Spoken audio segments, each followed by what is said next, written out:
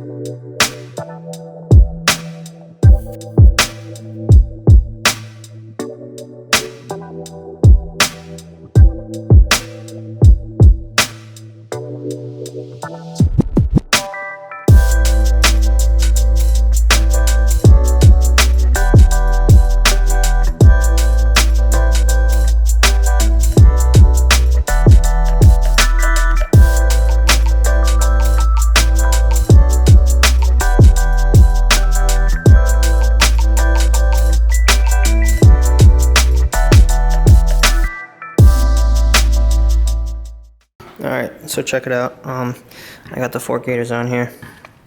Pretty simple.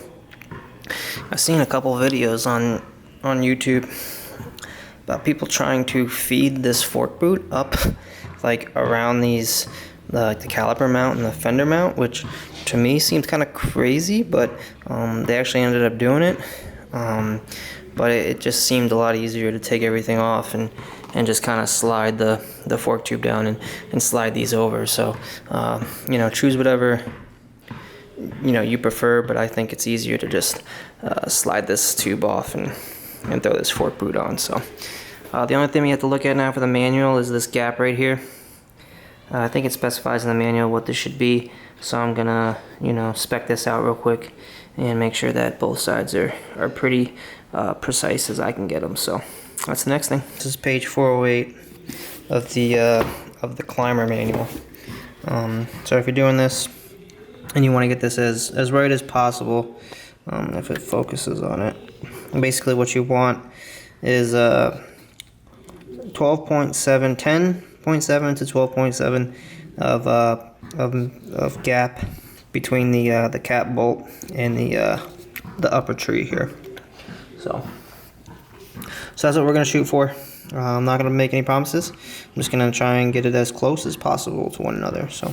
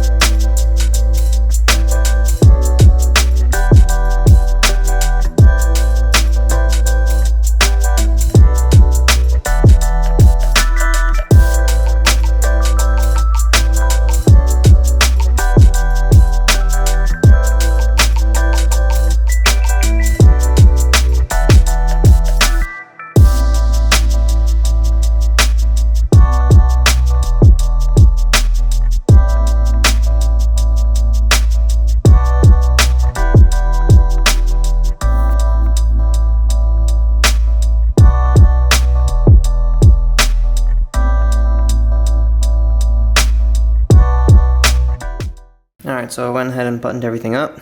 I don't know if a bunch of people were screaming halfway through this video when you saw me put these on, but I put them on. I put the left one, I basically swapped them. I had the left one on the right side and the right one on the left side, so I went ahead and fixed that.